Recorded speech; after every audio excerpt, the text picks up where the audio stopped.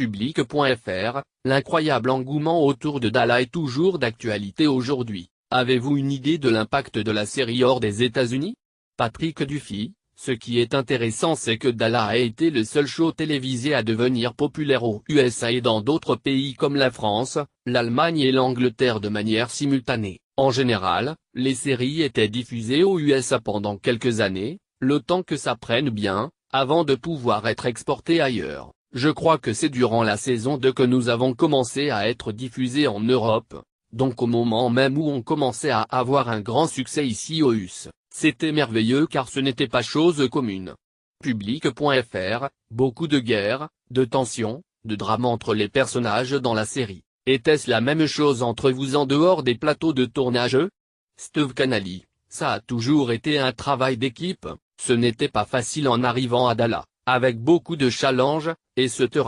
Mais on s'est serré les coudes et une cohésion s'est créée entre nous. Ça nous a permis de tout surmonter et on est devenus amis et c'est encore le cas aujourd'hui. Patrick Duffy, oui et cette amitié s'étend à nos familles respectives, nos familles sont très liées également. Linda Gray, nous étions une grande famille et on a vécu de vrais moments ensemble. Charles n'avait que 17 ans, nous avons partagé des naissances et des décès ensemble. Jim Davy, alias John Ross Ewing, dit Jock, qui était en train de mourir, insistait pour être sur le tournage jusqu'au bout. Il y était avec sa femme et son aide-soignante parce qu'il voulait rester auprès de la famille que nous étions devenus. Public.fr, et dans cette belle famille, qui était le plus drôle? Steve Canally, sans hésiter c'était Larry. Charles Tilton, en pointant Patrick du doigt, c'étaient les deux ensemble. Larry et Patrick Duffy, c'est vraiment Larry qui a établi la norme en matière de blague. Tu sais, tu dois être capable de savoir jusqu'où tu peux pousser la blague, et avec qui tu peux le faire. Nous avions un groupe d'acteurs brillants qui pouvaient faire des blagues à se rouler au sol pour immédiatement retrouver leur sérieux au moment de tourner. Beaucoup ne savent pas faire ça. Et c'est Larry qui a commencé à tâter le terrain et voir avec qui il pouvait faire cela en non. C'était merveilleux car on s'amusait sans gâcher de temps de tournage. Nous avons tourné beaucoup de scènes difficiles émotionnellement et on savait se dire là il faut nous la laisser tranquille, sauf quand c'était Linda bien sûr, rire. Charles Tilton, ça c'est parce qu'il savait qu'elle pouvait gérer toutes les situations.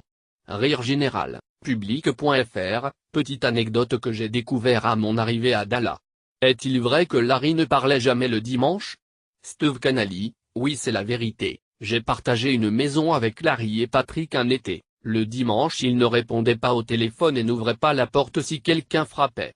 Il a même dû apprendre le langage des signes, on a fini par s'y habituer et même par apprécier. Patrick Duffy, ce qui est marrant c'est qu'une fois il a organisé une fête à Malibu pour son anniversaire, c'était fou, il y avait une centaine de personnes et il n'a pas dit un mot avant le coucher du soleil car c'était un dimanche. Linda Gray, j'ai toujours été celle qui le grondait, ne fais pas ci ne fais pas ça, ne bois pas trop, etc. Une fois je voyageais avec lui et sa femme et nous sommes allés dans un restaurant en Allemagne un dimanche. Larry ne voulait pas parler donc il pointait le menu du doigt pour commander. Je lui ai dit siffle une fois pour oui et deux fois pour non lorsque je pose une question. Mais c'est vite devenu énervant et je me suis dit mais que suis-je en train de faire, du babysitting ou quoi? Rire, Steve Canally, je connais la raison pour laquelle il faisait ça. Linda Gray, es-tu vraiment sûr de connaître la vraie raison? Steve Canally, non, rire, mais les acteurs parlent beaucoup donc, c'était une façon de prendre un jour off. Linda Gray, tu vois, moi il me disait que c'était pour des raisons religieuses et il te disait à toi que c'était pour préserver sa voix, rire, Patrick Duffy, c'était surtout le meilleur moyen d'attirer l'attention. Public.fr, parce que chez Public tout est public, dites-nous tout, y a-t-il eu des croches parmi le casting? Patrick Duffy, et non, pas du tout.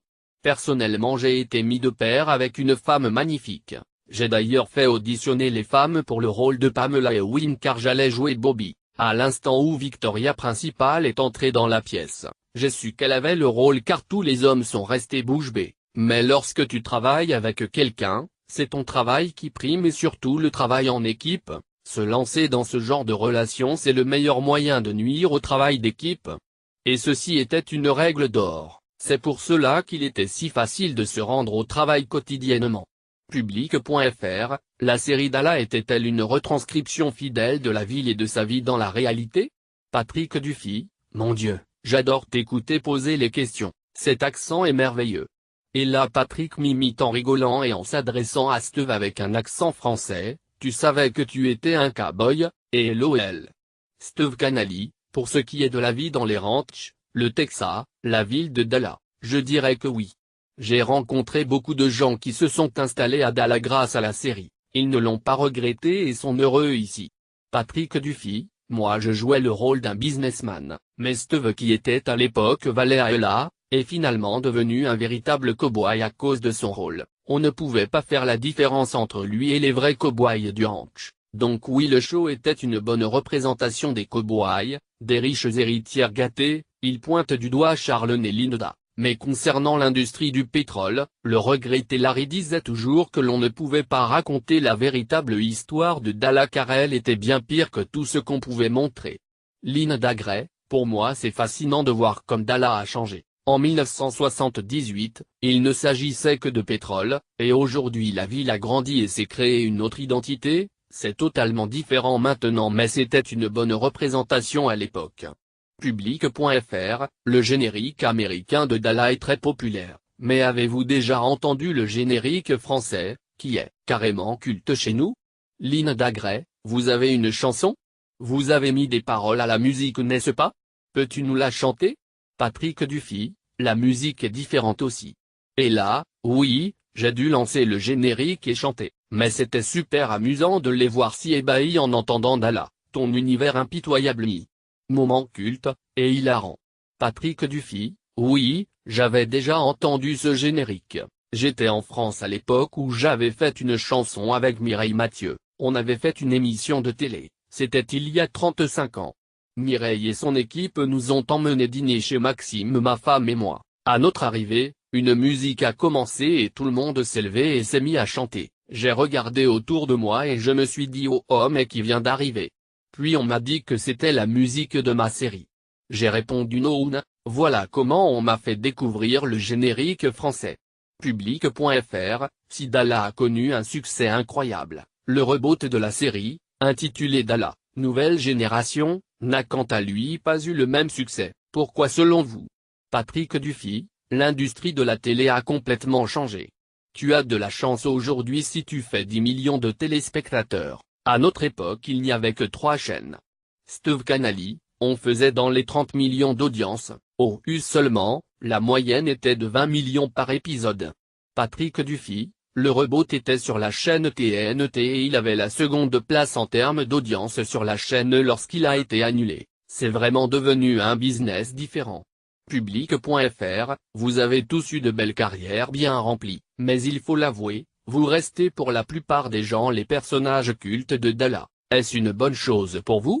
Charlene Tilton, oui c'est une bonne chose, c'est même une bénédiction, ils peuvent m'appeler Lucie autant qu'ils veulent, cela me va. Patrick Dufy, même s'il voit mon nom dans le générique, la plupart des gens dans la rue m'appellent Bobby. Linda Gray, je crois qu'en France on appelle mon personnage Suellen en un seul mot, j'aime la façon dont vous le dites, on répond toujours quand on nous appelle par ces noms car c'est un compliment. Steve Canali, de toute manière Patrick, Jim et Larry m'appelaient toujours et grâce à mon personnage j'ai toujours été accueilli à bras ouverts dans tous les pays que j'ai visités. À part en France. Non, je rigole. Propos recueillis par Nadia Benlumi, toute reproduction interdite sans la mention publique.fr.